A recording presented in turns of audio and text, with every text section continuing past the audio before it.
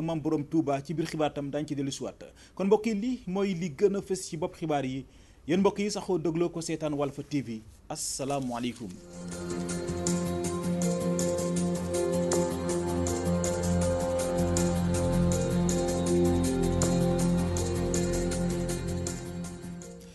bismillah ci xibaar yi doore ko procès Karim Wade muy àtteem Karim Wade kon ñu ngi koy wéyandil wookaay yi lay doomu Abdoulaye Wade jile ñu ngi jàkkaarloog way àttekat bi ci jamono ji may àddoole ngeen di teewlu gannaaw kon bu mu gàntalee seen càkkutéef te mooy ñu ajandi àtte boobule fi mu toll ni nag cour bi mu ngi nekk di càmbar ab mbir moo xam ne nii amaana bu anto moom Karim Wade mënees na koy bàyyi ak bàyyam négandiku suñu nattangoo bii di Pape Ndiaye mu ngi ñuy toppal kon mbir moomu le dañ ci dellu soota moom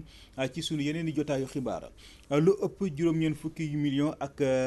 juróom-ñett ci suñuy koppar moom la ñuy toppee député maire Tambacounda Mame Balla Lo lay wuyu ay nattangoom kon yu mu bokkandal ina ko def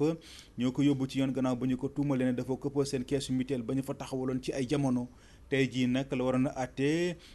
tey jii kon la ñu ko waroon a àtte ci tribunal correctionnel ba nekkee ca Tambacounda waaye mbir yi moom dàq nañ ko ba ni ko fukki fan ak ñaar ci weeru novembre wi wala ñu dëgmal gannaaw kon ba ko monsieur le procureur sàkkoo Samuel Sarr ngëpp nañu ko gendarme ya nekk ca brigade de recherche ba nekk ca Colobane ñoom ñoo ko teg loxo gannaaw ba ñu ko tuumalee ne dafa wax lu waxut jëmale ko ci njiitu réew mi Macky Sall xët kon ba mu bind fësal ko ci compte Facebook am muy ñaawlu taxawaay njiitu réew Macky Sall jëm ci traque des biens acquis te moom mu amee ay compte yu fees deleki milliards yoo xam ne nii anam yëmu ko amee dëppawul ak yoon ba ci wookaa bi koy layil di William Bourdon mi nga xam ne nii alal réew mi la ko fayee moom daal la ñuy wax ne ni loolu yi moo ko yóbbee lu ni mel moom Samuel Sarr nag buñ sukkandikoo ci yéenekaay yi niki tey ji ci ñu koy jébal procureur de la république luy naaw say donko di wolof yoo koy faral di wax ci Thiès njiital entreprise bi ñu duppee confection Cheikh Sey teg nañu ko loxo brigade gendarmerie ba nekk Thiès moo def lu ni mel gannaaw ba ñu ko tuumalee ne dafa doon defar ay tenues contrefaçon mu ñeel waa ASP di agence de sécurité de proximité pënd mi nag wuréegul ci faatug étudiant bi di Bassirou Faye waa M23 yëkkati seen i kaddu daal di kon joxoñ ab baaraamu tuuma nguur gi ne luy njig njaaga mooma ci am ndaje mu doon seq ak taskatu xibaar yi Mamadou Mbodj ak ñi ñoom ñu ngi sàkku ci waa CREI yi ñu wéyal seen liggéey bépp doomu aadama bu ñu gis ne ne dangaa luubal alal réew mi nañ lay jàpp jébbal yoon waaye nag mu bañ am xeej ak seen ndaje moomee Amadou Limbay la ñu fa yabaloon. fitna gu metti gënu nemmeeku ca université Cheikh Anta Diop ba mu am benn ndongo bu ci ñàkk bakkanam waa M23 tuumaaluñ ci kenn ku may nguurug Sénégal. non seulement am na ku fa faatu mais encore yàq nañu ay dugg nañ ci néegi étudiants yi yàq nañ fi lu bari dóor nañ fa gaañ nañ fi lu bari loolu nguur gi la violence boobu nguur gi la. koo joxul bursam lu yàgg amul lu mu lekkee amul lu mu jógee en fait moo ko rey ko benn la donc loolu aussi violence la te ñaar yooyu gouvernement moo ko def. moo tax ñu condamné ko di ñaan ñu jël ay mesures yu tax université dellu siwaat M23 mii di xam ne ni nag ñu ngi jàppale bu baax CREI yi ngir ñu indiwaata alal ji nga xamante ni danoo njort ne dañ koo luubal ñu ngi sàkku ci kilifa yi mu bañ a am xàjj ak seen maanaam kumba am nday ak kumba amul nday. CREI yi mooy li nga xam ne moo war a am ci réew mu ndóol moo xam ne ndóol ba dafa fës te am ñenn nit ñoo xam ne bariwuñu waaye dañoo xarañ ñu yóbbu ci nguur gi ñuy jël alal mi di ko foqati li ñu mën a d'accord li ñu mën a jàpp ci xel daal mooy dossiers yu ñu génne benn par benn waaye jël ay dossiers nëbb ko parce que dañoo ñëw APR wala parce que dañ laa jege nga nëbb leen bàyyi ñeneen ñi loolu moom xel mënu ko nangu te M23 condamné na ko te dina ko xeex. M23 di xamle ne askan wi nag danoo sonn loolu tax sax ba kuréel gii di fàttali nguur gi mu jëfee coppite yi mu diggee woon. Sénégalais yi tey liggéeyuñu ni mu waree. réew mi lu bari doxu fi. xale yi liggéey bi ñu xaar ñëwut donc rupture yi nga xam ne moom la ñu xaar ñëwuñu loolu ci tënk il faut ñu ne ko lii ak lii tëna te il faut mu jaar yoon. ginnaaw kàddu yi nag waa M23 ñu ngi xam ne dootul yàgg dara ñu amal ab doxum ñaxtu ngir soññ kilifay réew mi ñu fexe ba wut ay saafara ci jafe-jafe yi nga xamante ni moo tënk askanuk Sénégal. téeméeri soxna yooyu jël yu dox ci biir diwaanu Ndakaaru ñaar fukki yi xarafal nañ leen kàddu yi nag du sama kàddu la yoo xam ne nii ñu ngi ko nangoo ci mbootaay jigéen yi nekkee fële ci diwaanu Pikine nag li ko wër tey xeex kon lu ni mel ci am ndaje nag mu yaatu mu doon amal ñoom soxna yi ñu ngi daal sàkku ci nguur gi mu jël ci li ay matuwaay lu ko mooy kan mbir mi dana dem ba àgg foo xam ne ni dana jafe lool ngir tëye ko muy mun a yàdd moo wax ci seen kàddu ñu teewlu ko ci micro Théodore Semedo. tey dañoo dajale lu mot fanweeri ndaw jigéen xamante ne dañ leen di former ci li ñuy wax utilisation médias sociaux ngir li nga xamante ni mooy excision ñu éradiquer ko fii au plan national. donc defe naa ne bu ñu waxee xarafal jigéen dañuy xalaat Tambacounda xalaat Kolda xalaat Kédougou min Matam donc loolu fexe na ba tax na effort yi nga xamante ni ñu ko doon def ci région yooyu yàlla def na ne ñun defuñu ko ci biir Dakar. donc loolu bokk na ci li nga xamante ni indi na ay rëq-rëq ci Dakar parce que seetlu nañ ne bi téeméeru xale jigéen yoo jël rek ñaar fukk yi tey excisé nañ leen te loolu defe naa ne àq ak yelleef doomu aadama da koy day wàññi loolu parce que problème bi ci banlieue bi la am. defe naa ne gàllankoor yi mën na nekk d'abord ci wér-gu-yaram bi mën na nekk tamit ci dundin bi ci wér-gu-yaram bi boo xoolee li ñu naan fistule obstétricale mooy boo demee boo accouché wala peut-être bu excisé la mën nga ci am ay problèmes sanitaires yoo xam ne nga dem ba am ay fistule. aussi sur le plan peut-être psychologique mooy ci dundin doomu ci nit ki c'est-à-dire que xale jigéen bi nga xamante ni dina nañ dara ci moom wàññi nañ dara ci moom loolu mën nañ ko defee situation yu métti yoo xamante ni day des ci bopp bi def naa ne loolu day tax confiance bi moo waroon am ci boppam ba mën a góorgóorlu mën a def dara ci àdduna mën a doon kenn day wàññeeku c'est-à-dire que day doon li ñuy wax naan stigmatisation day dem ba du gis boppam comme ne mel na ne yeneen moroomu jigéen ñi mënul la. diwaanu Touba di yendoo fàttaliku tey ji Serigne Abdou Lahad Mbacké ñu gën koy xam ci Baye Laat fu nekk ci réew mi ba ca bitim réew sax ay doomi aadama bàyyeekoo nañ fa ñëw daje ca barab bu sell ba ngir fàttaliku ko doonoon ñetteelu xalifa maam borom Touba. Baye Laat nag dundoom ak liggéeyam yëpp moo doon jàmm boromam lu jëm ci nataalu borom jëmu ju taasu fi jojulee dañ ci dellusiwaat ak suñu nattangoo bi di Léopold Tamba. ñu ngi ci jamonoy vacances bu leen ci goney Ndakaaru yi taamoo dem géej ngir féexal fa seen xol seen nattangoo ya nekk ci dëkk àll yi ñoom ñu bari si ñoom ñu ngi fii ci Dakar ngir daan ci seen doole lañ ci jublu mooy jàppale seen bopp ngir bu école ubbee waaye tamit jublu nañ si ngir jàppale seen i waajur. Ramatulaay Ba Ibou Ngam reportage. Ablaye Dione ndongo daara la bu nekk ci classe première ca Fanay nekk ci région bu Saint-Louis ñëw Dakar di liggéey maçon ngir jënd jumtukaay yi war ci jàngam at bii di ñëw ci naaj bu tàng lool xale bu góor bi bànneexuwul dara ci vacances yi. dama nekk ci vacances ma ñëw liggéey pour dimbali ma son mbokk waaw ma jël fourniture ay yére pour dimbali ma son parent rek waaw parce que sama bàyyee yëpp sama parent bi mënul dem yaakaar naa. waaw loolu moo tax ma ñëw fii pour liggéey métti na tuuti moom métti na grand na tuuti parce que liggéey bi mooy journalier bi ay 2000 francs rek la muy fay. Sadio Touré njirim la ci baay ak yaay Thiès la bàyyeekoo di liggéeyu kër moom tamit ngir fay lu aaju ci jàngam moo ko ci dugal. damay jàng aw may moyen pour bu école tijjee lu may def inscription yeeg ak sama yére yi may sol boo si dama teel a ñàkk ay parents. moo tax ma ñëw fii samay mag amuñu moyen buñ ma dimbalee ma ñëw fii pour daan sama doole pour lu ma am def ci sama bopp dimbali sama bopp. xale bu jigéen bi moom ca jaay la jógee wutal si Ndakaaru di jaay ndox mu sedd ca marché Gueule Tapée lañ ko fekk xelam yépp nekk ci ubbite l'école bi ak li ko wax. man 5e laa war a def déwén maa ñëw rek pour kii école suy tëjee rek mu mën a jënd ay kaya dimbale sama parents yi. ndongo daara yi ñoom ñëpp dañu wutal si Ndakaaru ngir wut si as néew bi tax ñu mën a am ay jumtuwaay ngir ubbite école bi di ñëw ngir jàppale itamit seeni wayjur ci njëgu jumtukaayu njàng mi.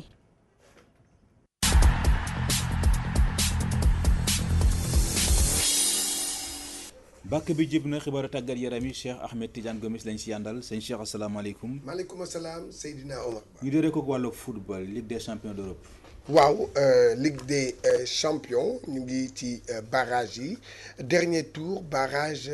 aller tey ji nag li ñu soxal moom mooy doomu sénégalais yi nga xam ne ñu ngi bokk ci compétition boobule tey jii nag bu 19h45 lii te ñu xam ne ñaari doomu sénégalais ñaari gaynde ñu nga fa di kii di Gana Gueye ak Pape Ndiaye Souaré ñoom ñooy daje tey jii ak Porto ci match aller bi Porto nag ñëpp xam nañ ne équipe bu mag la jëloon na fi Ligue des champions temps yi ko Mourinho yore kon nag gis nga fu mu nekk nii Gana Gueye moom ak ki nga xam ne ak Pape Ndiaye Souaré dañuy daje ak ki nga xam ne moom mooy équipe bu di équipe Porto démb nag Demba Ba la woon Demba Ba moom nag dafa def match Demba Ba ak Besiktas équipe am bu bees bi dañoo def match nul ak ki nga xam ne moom mooy Arsenal kii di Sadio Mané meneur de jeu wu sunu gaynde yi moom itamit booy xoolaat moom dafa am ndam dafa dóor suédois yi Malmö ñaari bal ci benn équipe am di ki nga xam ne moom mooy Salzbourg kon nag fii ak ngoon rek bu 19h45 ki nga xam ne moom mooy ñoom Pape Ndiaye soirée ak Gana Gueye nañ daje ak Porto. léegi ñu wax ci wàllug cyclisme dafa mel ni que Ligue de Dakar ñu ngi ci jafe-jafe ci wàllu koppar. waaw Seydina Omar Ba Ligue de Dakar bu cyclisme ñoom seen plan programme daf ci am ay compétition yu am solo ay course waaye nag booy xoolaat am nañu jafe-jafe lool pour maanaam dawal course yooyu ba tax na week-end bi ñu amoon randonnée cyclisme kii di seen njiit di Félix Sock mu ngi ñaar di yuuxu wàllu ñu ñëw dimbale leen ñu déglu Félix Sock. vélo bi nag li problème bi mooy njëg li dafa cher pour organiser benn course dafa metti ndax il faut mu am xaalis bu bëree bëri moo tax ñu ngi ñaan société yi nekk ci place bi vraiment ñu jàppale Ligue de Dakar ndax ñu mën a organiser ay course daal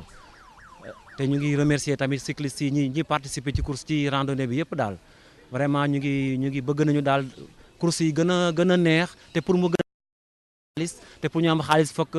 entreprise yi jàppale ñu ngi ñaan entreprise yëpp ñu jàppale Ligue de Dakar pour ñu mën a organiser ay course quoi ak ay randonnée. ñu wax ci wàllu jeu de dames championnat d'Afrique yi fan la toll. waaw Seydina Omar Ba sunu ñaari gaynde yi Modou kii di Ndiaga Samb qualifié nañu quart de finale bu subaa la ñuy jouer quart de finale kii di Modou Seck nekk champion du Sénégal te mu nekk nii Modou Seck moom booy xolaat mu ngi daje suba ak champion d'Afrique bi muy ivoirien bi Joël Atsé moom lay dajal te moom nag moment bii dafa newoon bi ñu koy jox raaya champion du Sénégal bi moom newoon na mu ne day dem Coupe d'Afrique pour dem daan champion d'Afrique bi kon nag suba lay dajee ak moom keneen ki nag le grand maître Ndiaga Samb moom nag dina daje ak burkinabé bi di Dramane Ouedraogo. kon ñu ñaanal ko rek yàlla may ko ndam kon ci jongante boobule. waaw ñu jeexale ko wàllu nawetaan yaakaar na xombol la. waaw mais am ay jafe-jafe ci wàllu stade. waaw te compétition yi mu ngi waaj a ubbi. ñoom nag stade bi ñu fa yor moom du stade boo xam ne dina leen permettre ñu def seen ay compétition ba tax na président zone 6 bu xombal Souleymane Gueye di ñaax maire bi mu xoolaat stade bi ñu defar ko ñu déglu Souleymane Gueye ci micro Ramatoulaye Sarr. On a reçu aujourd'hui des enveloppes pour les ASC 150 000 et pour la zone 200 000, pour les arbitres 50 000. Donc une première parce que les subventions s'étaient arrêtées à 125 000 par ASC. Au moins aujourd'hui nous avons connu une hausse. Sur le terrain aussi il nous reste quand même à faire des xam ngeen ne jeunesse bi am na loolu naqari mais tey bi mu ñëwee revenir na ci matériel boobu joxagul ñu dara nag mais dem na ba yokk ci 200 000 yoo xam ne ni neen dañu koy may pour que mu jàppalee ko jeunesse bi. loolu yëpp dañ ko applaudir li ñu bëgg rek mooy lépp jaar ci yoon ñu ànd ak jeunesse bi liggéey ànd ak policiers yi liggéey loolu mooy sunu mébét daal. enveloppe bi aussi yokku na parce que daaw ñaar fukki junne juróom la ASC yi amoon ren am nañ fanweeri junni zone daan na am ñaar fukki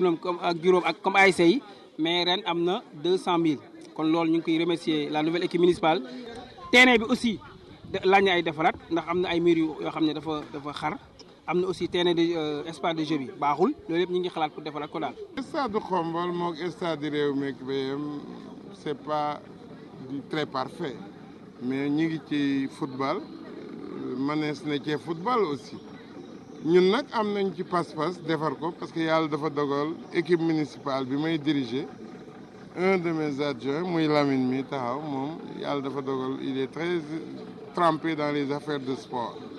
Nous allons, ne serait-ce que pour le soutenir, ne serait-ce que pour may ko doole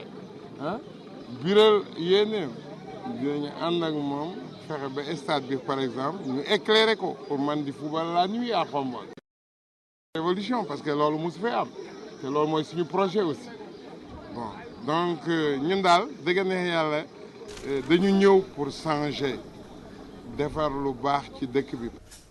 waaw kooku moo doon Pape Mboup di maire Khombole gannaaw bi ko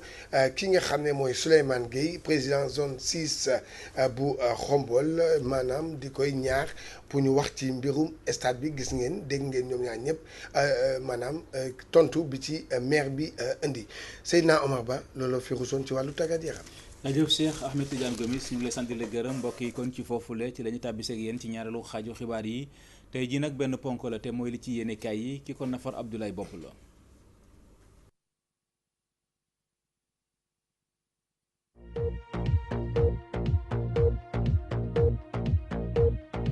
dal leen ak jàmm Macky Sall tas na njabootu Fayeen gane ca Jurbel juróomi million yam leen jaxal mu ñeel faatub seen doom Basirou Faye Walfadjri Quotidien ne googule jaxal indi na fantasiro diggante baayu ak ndeyu ndem si yàlla si yéenekaay bi di ñu xamal ne ñoom ñaar nekkatuñu maanaam dañoo tas yéenekaay bi di Le Populaire dal di ko feelu ne jaxalu njiitu réew mi Macky Sall toll ci juróomi million xar na ñaar njabootu ndem si yàlla Basirou Faye tas na njaboot ga gannaaw faatub étudiant bi di Basirou Faye ca fitna gawoon ca université yéenekaay bi di L'As ne Idrissa Seck gannaaw gisee mag étudiant ya waa parti réew mi di leeral ne moom Idrissa Seck amoon yéene gisee premier ministre Mouhamed Dionne L'As ne googule ndaje diggante Idrissa Seck ak Mouhamed Dionne mujjul sotti dàq nañ ko ba jëmi jamono bu dee El Hadj Talla mayor mbirum communication ca primature ay kàddoom ci biir yéenekaay bi ma ngay leeral ne xel xalaatul premier ministre Mouhamed Dionne di dalal Idrissa Seck dafa jaaduwul te yenuwul maana yéenekaay bi di enquête xëyee dossier Karim Wade di ñu xibaar ne enquêteurs ya mujjee nañu gestu ay compte bancaire Karim Wade ca réewum États-Unis lañ fa fekk ci koppar toll na ci fukki milliards ak juróom yéenekaay bi di Le Quotidien yemook tey Karim Wade fas yéene jàkkaarloog yoon lii di Cour suprême dal di gis na ay avocat Karim Wade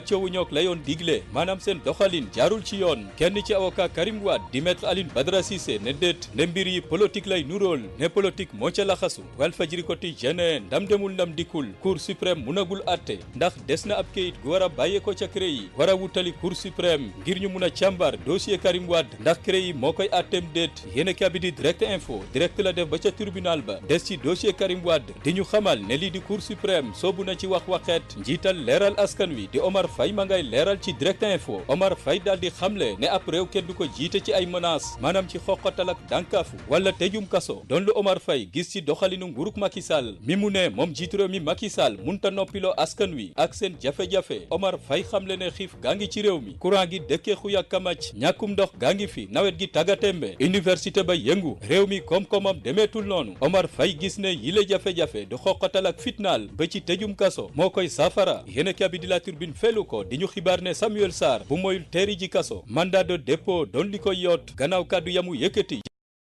Macky Sall yéenekaay bi ne doon lu sooke kii di Samuel Sarr fanaan guddeem bu njëkk ca gendarmerie bu Colobane laata muy jàkkaarloog tey ak procureur l'observateur ne tey la tey ji la Samuel Sarr fas yéene jàkkaarloog yoon lañ koy toppee di kadduy ñagas yañu ne moom la yëkkati jëmale ko ci jiitu réew mi Macky Sall mi mu wax ne lim bu takku ci ay milliards la denc ci ay compte bancaire ca réewum États-Unis Walfadjri Quotidien ana lu tax Samuel Sarr fanaanul këram ana lu tax Samuel Sarr ñu téye ko yéenekaay bi ñu xamal ne moom Samuel Sarr la mu wax ci Facebook am jiitu réew mi Macky Sall lim bu takku ci ay milliards moom la denc ci ay compte bancaire ca réewum Amérique Samuel Sarr yokku ca ne William Bourgon di ab avocat gu bàyyee ko ca bitim réew moom la njiitu réew mi Macky Sall wóolu ci procès Karim Wade di ko fay xaalis gu takku te moom maître William Bourgon ay loxoom takk rip Samuel Sarr gis ne Macky Sall warta yuxu kenn sàcc ndax lim bu takku ci ay milliards moom la denc ci ay compte bancaire am di alal gu lewul Samuel Sarr ay wax yéenekaay bi di Le Populaire ne la mu wax moom Samuel Sarr bu moyul mandat de dépôt doon lu koy yoot bu ñu sukkandiko ci article 80 yéenekaay bi di Le Soleil mag ñuy xibaar ne Union européenne soobu na ci jàppale Sénégal ci mbéyum ceeb réewum Inde ne du ca des ginnaaw fas yéene jàppale Sénégal ci mbéyum ceeb gi ana lu bees ca équipe bu Brésil gannaaw seen nërmeelu ci mondial gi ñu weesu yéenekaay bi di waa sport ne kafa bees di Dunga ma indi coppite yu bees ca équipe ba kii di Neymar wéy di doon patron ca équipe bu Brésil suñu lamb ne patron bul faale di Mohamed Ndao Tyson jéegoom demeetul noonu ci lamb ji yéenekaay bi di ñu fàttali ne googule écurie saison bi ñu weesu amuñu ci combat kenn ci waa bul faale di Ibnu Diop xamle ne coppite yañ ca indi doon lu ko sooke El Hadj Fall di président commission sportive ca écurie bul faale xamle ne ñii di promoteurs yi ñoo faalewul seen écurie.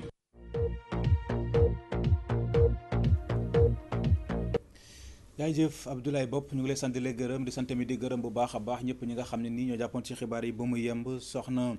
Penda Diallo Guèye la woon soxna Aïssatou Diagne soxna Aminata Mbaye réalisation Ousmane Sène ci kaddu gi seen mbokk Seydina Omar Ba ñu leen di ñaanal mucc gu sax tàndax xéwal yàlla na ko yàlla tuur ci askanug sunu gaal ñu yendoog jàmm.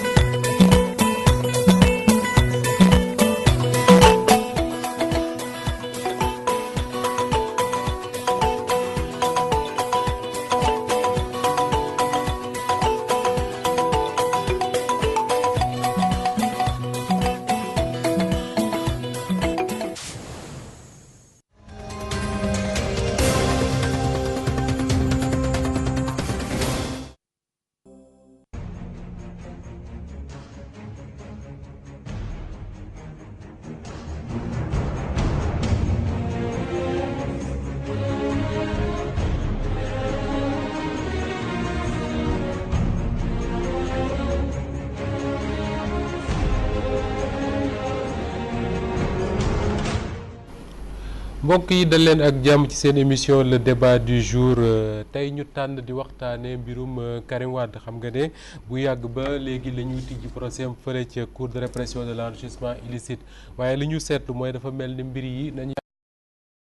gaawewu ko dafa mel ne sax fa ñu déparé woon fa lañ taxaw ba léegi li ko waral nag mooy ay avocat wu Karim Wade bari na yoo xam ne dañ ko nemmeeku ci mbiri di doxee te ñu ne ñoom rafetlu wuñ ko buñ sañoon daal ñu seet ne nuñ ko war a defee bokk na ci lii ñu wax ne CREI yi warul mën a àtte Karim Wade ba tey sax tey demoon nañ ci fi nga xam ne moom la ñu woowee cour suprême muy ëtte àttukaay boo xam ne bokk na ci gën a kawe wala bi gën a kawe bokk ci réew mi ngir wax fa yu mel noonu waaye li ñu xamal léegi rek bi ñuy dugg ci fii ci waxtaan wi suñu mbokk Samba Ndiaye xamal ñu ko moo di ne la avocat wu Karim Wade yi doon sàkku ñoom waa cour suprême bañal nañ leen ko lan moo ko waral bañ di gis-gis la ci ñooñ politique war a am si mbiru mel noonu mbokk yi loolu lañ tànn di waxtaanee tey ma am mbégte di ci ànd ak Lamine Ba ci parti démocratique sénégalais la bokk ci cadre parti boobu sax la bokk muy parti wu président Abdoulaye Wade Lamine Ba maa ngi lay nuyu di la dalal jàmm. ñu ngi lay fay bu baax Moustapha di nuyu suñu co-débatteur monsieur Niang. sa co-débatteur moom it Lamine la tudd Lamine Niang Lamine maa ngi lay nuyu di la dalal jàmm. Moustapha maa ngi lay fay di dalal sama trondo vraiment. voilà di ko wax ne ku ñu ràññee la ci politique bi. di fàttali yow si APR nga bokk muy parti wu président Macky Sall. alors Lamine ci yow sax la ñuy commencé suñu waxtaan. Karim Wade ba mu commencé taxaw ci ëttu àttekaay boobu ñu koy créé ba léegi. ñu ngi toll tey ci wala boog démb ci juróomi audience. ñu war ko tàmbaliwaat ëllëg ci àllarba ji boobu ba léegi dafa mel ne avancé wuñu ban jàngat lan moo tax mbir yi yéexee noonu ci sa gis-gis. bon Moustapha maa ngi lay nuyu d'abord. di nuyu ñëpp ñuy seetaan di wax ni que di nuyu encore comme ni ko waxoon sama naataango Lamine muy xale bu xarañ aussi ci politique bi ñuy def politique bu bees rupture bi donc balaa ñuy dem ci dem bi may jaale waa université d'abord jaale mbokk Bassirou Faye te di leen masawu doo ko jaale bërëm ndul jullit ak bépp étudiant bon léegi ci li nga may laaj li ma ciy jàngat rek bu fekkente ne fa ñu commencé fa lañ toll ba tey dañu nekk ci dëkk boo xam ne dañu mën a respecter la séparation des pouvoirs ñun en tout cas loolu la ñu xam man personnellement li ma constaté bu ñu respecter la séparation des pouvoirs kenn ku ne da nga am indépendance ci li ngay def ci li ngay liggéey donc yoon lañ ko jox yoon topp yoonam di dem boobu ba léegi mais ni yoon di doxee mooy laaj kenn ku ne am ci sa njàngat ak sa position ba nga xam ne moom nga bëgg a défendre ku ne am nga ci droit ku ne am nga ci droit yoon na ko tëddee noonu donc bu ñu demee ñu ne CREI la CREI daw ak li ci xew lépp ñu contesté fii privilège juridiction lu ne génn donc loolu yëpp yoon da ko nangu ku am dëgg ku amul dëgg yoon mooy mujj mooy tëral parce que kenn nekkul au-dessus de la loi donc comme yoon tëral na ba ñu dem ba dugal yenn avocats yi ne mu ñu leen bokk ci ñuy àtte loolu ñu weesu ko mu fekk suñu ginnaaw ñu demaat bu dugal ne dañuy def recours au niveau de la cour suprême nga wax ma ko léegi bi may dugg ne dañ ko taxawaat ne dañuy rejeter recours yi ñoom yoo xam amaguma ci njàng am naa ci gis-gis mais xaw ma raison yi tax li ma Samba Ndiaye xamal mooy question forme la ñu wax maanaam nañ waroon a jaar nañ waroon a defee pour déposer recours ba defee wuñ ko nii loolu la ñu wax donc xam nga ñoom ci seen attawaay ak fi ñu toll ñoom seen prérogative loolu la très bien bu fekkoonte ne am na ci beneen affaire bu nga foofu ñu mën ci saytu mais comme loolu la ñu wax dañuy bàyyi xëy ñu gën ci dégg ba gën a xam li ñuy wax procédure bi ñuy wax ndax am na lu ñu ci mën a gën a leeral boobaa ñu mën ci am benn point de vue bu ñu mën a tranché donc yow ni mbir yi yeexee ni ñu bëri yaakaar ni yeexee na ko jaaxalu la jaaxal na ma pourquoi parce que dama jàpp ne bu fekkente ne da nga am mbokk mu ne ci ay xat-xat nga jàpp ne liñ ko teg waruñ ko teg nga jàpp ne ki koy atte waru ko atte defe naa ne li nga war a mën a gën a nekk sa souci mooy lu mu génn ci loxo yooyu mais pas tout le temps ngay jël di ko tourner muy dem. dafa am njaboot di nit comme ñun bu ñu fi jógee suñu njaboot la ñuy fekk man dans l'aspect humain foofu laa koy traité donc yeex bi muy yeex jaaxal na ma ci côté boobu jaaxaluma pourquoi parce que yoon aussi mooy def yoonam mais yoon bi muy def yoonam aussi dañ ko dugal di ko def ay xat-xat yoo xam ne da koy gën a yeexal te loolu nekkul ci intérêt ñoom ki nga xamante ne moom la ñu ñëw ne moom la ñuy plaider. très bien voilà alors Lamine Ba yéen li ngeen yàgg a wax moo di ne moom CREI yi wurul mën a àtte Karim Wade wax demoon ngeen sax ba ne CREI yi existé wul après ngeen ne CREI amul compétence àtte Karim Wade waa CREI seen bopp rejeté loolu ne am nañ compétence àtte te dañ ko àtte ngeen dem cour suprême en tout cas avocat wu Karim Wade cour suprême wax daanaka lu ni mel ndax lañ fa doon sàkku gàntal na ko lan ngay yaakaar léegi ne moom mooy li des ci combat bi est-ce que yaakaar leen ne combat yi ngeen engagé boobu ba léegi yëpp perte ngeen ko. asalaamaaleykum nga baal ma nuyu d'abord sama vis-à-vis di nuyu téléspectateur Walfadjri yi ñi seetaan di nuyu sénégalais yi ñi seetaan procès Karim bi du ma mun a wax ne combat yi ñuy engagé dañu ko perte parce que ba mu tooree ba léegi daana sax duggaguñu ci procès ci fi ñu toll mooy xool ndax CREI bi nga xam ne nii muy cour bi ne moom moo koy àtte war na ko mun a àtte ou waru ko mun a àtte ñun ñi laaj loolu aussi dafa am fu ñu ko teg dañ ko teg ci constitution du Sénégal article 101 moo bind ne képp ku am ndombo tànk ministre premier ministre su la yoon di topp dañ lay topp ci ëtt attekaay bi ñuy wax haute cour de justice boo jàppee loolu da ngay dem nga def benn parallélisme de forme nga dellu ci jamono yi ñu créé CREI ñu ngi ko créé en 81 bi ñu créé CREI 81 dafa am fu réew mi tolloon am nu réew mi doxe woon ñu bëri tey ci borom xam-xam d'accord ne la taxoon jóg CREI mooy administration ñi nga xam ne nii ñi ngi ci nguur gi ndax boo fàttale ko nguur Abdou Diouf jamono yooyu ñi ñu amoon ñëpp ci ministre c'était des énarques ñu génnee école nationale d'administration à l'époque ENAM lañ ko doon wooyee politicien wu ministre bareewul woon ñi ci voilà donc ñi doon ministre ñi ci ëpp dañuy nekk d'abord des membres de l'administration ñuy dox loi bi àdduna di dox démocratie di dox Sénégal di am ay victoire démocratique ba ñu tollu 2014 ci diggante bi Sénégal signé na ay convention ak ay traité yu bari te tey dañoo jàngal duñu ay professionnels u droit mais dañoo jàngal li nga xam ne nii lu yomb la ci droit ne droit demul rek tasaaroo dafa lonkuwante comme chaîne la mais dafa suivre principe de hiérarchie ñu jàpp ne tey loi yi nekk ci réew mi yëpp constitution moo leen mag constitution Sénégal ak lu mu fort traité yi réew mi signé ak convention yi ñuy signé ci Afrique yëq ko ci yeneen ndaw yi moo ëpp doole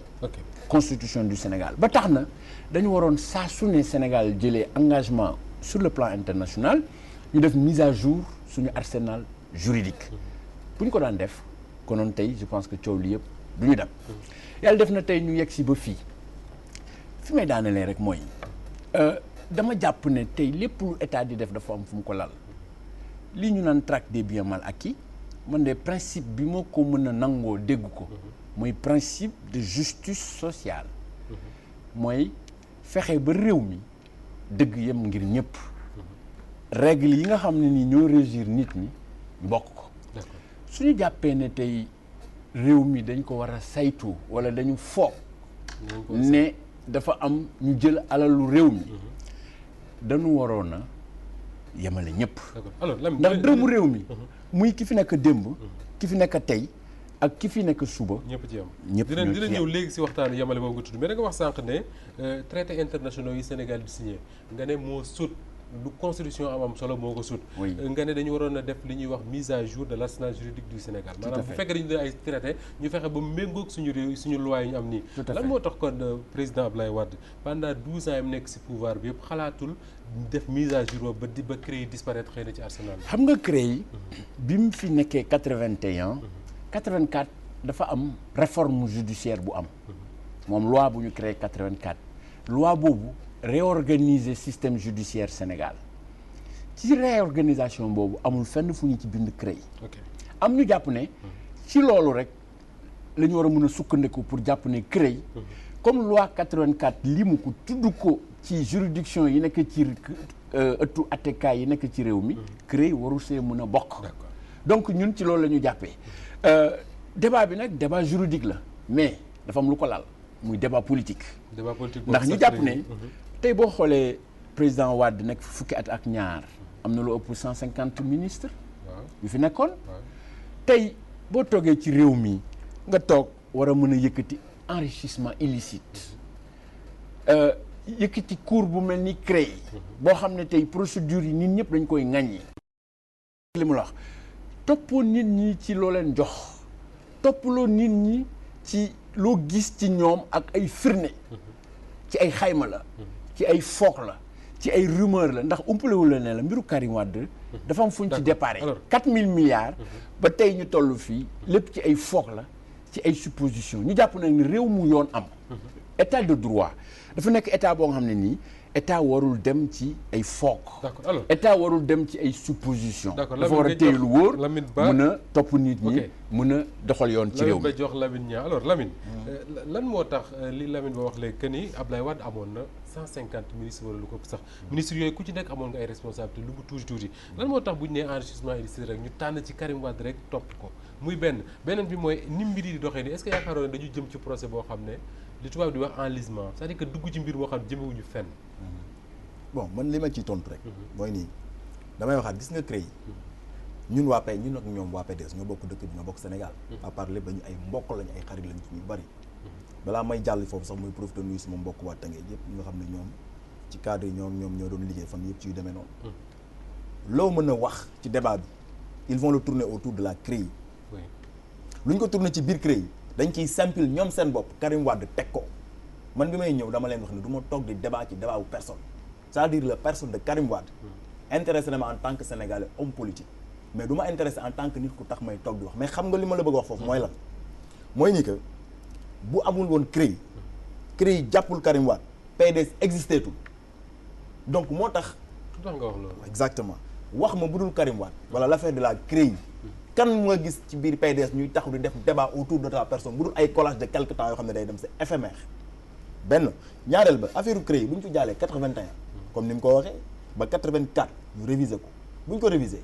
alors que tudduñu ko ci ñoom dañuy jàpp ne le fait que tudduñu ko ci rek ñenn ñi dañu jàpp le fait que tudduñu ko rek ça veut dire que dafa nekk lu obsolète waroon nañ ko dindi mais tudduñu ko ça veut dire que fa mu newoon mu nga fa li lañ def une réactivation maintenant pour ñëw nag léegi ci liñ koy attee ndax waral dem CREI wala war na dem CREI ci 150 ministres yu fi nekkoon. am na ñu ne privilège de juridiction la war a am. may jël benn exemple ci ñoom benn exemple bi ñuy attee Idrissa Seck dañ ko yóbbu haute cour de justice. jot ñu ko atte sax mais tegoon nañ yëpp booy tam ba foofu. bu ñu ko yóbbu haute cour de justice. parce que seen système la ñu gérer ko am seen majorité présidentielle toog fa. da nga jékki-jékki déggatoo ci lu bari genre noonu lañ commencé teg dëppal mbir yi xam fa wax a tax nangu ñu takku ko fii.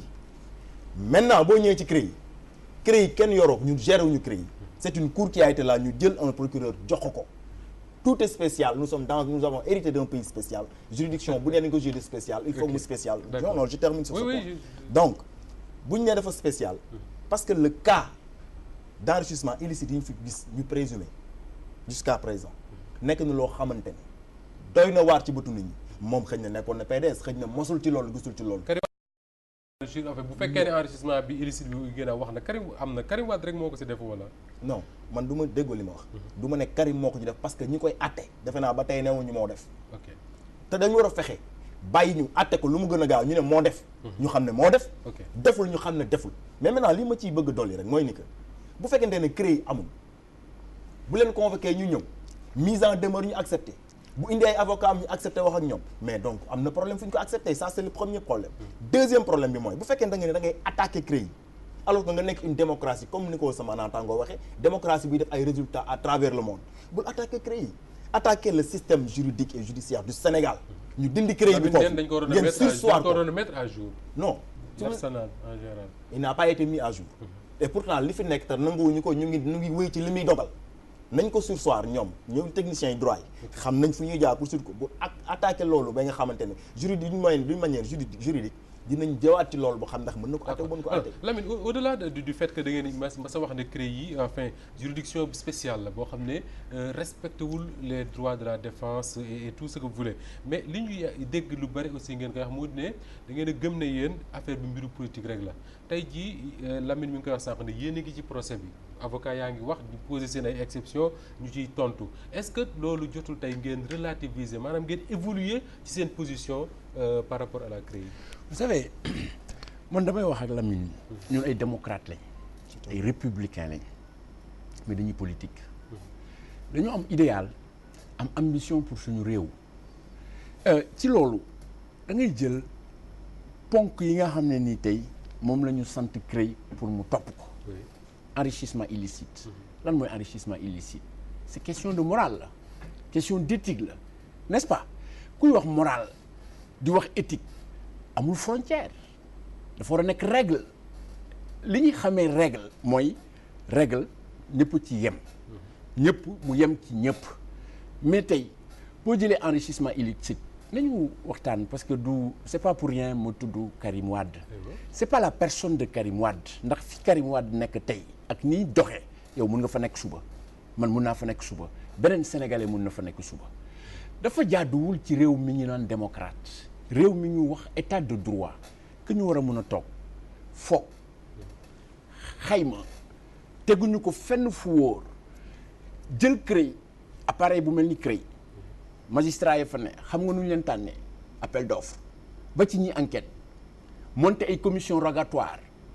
Karim Wade du bandit du criminel du délinquant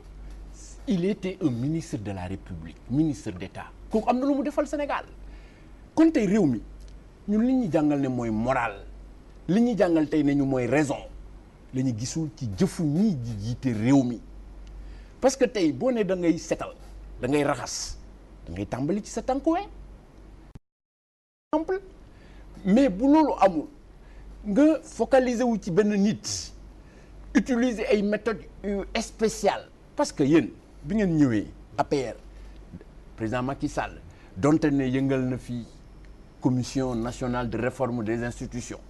mais créé na fi OFNAC ba muy créé OFNAC waruloon mën a xalaat ne kat réew mi démocratie bi ñu am tey dañ ko liggéey xeex ko pendant 60 ans ci démocratie boobu la ñu amee benn constitution ci suñu constitution réew bi nga xam ne nii moom tey ci lay gouverner réew mi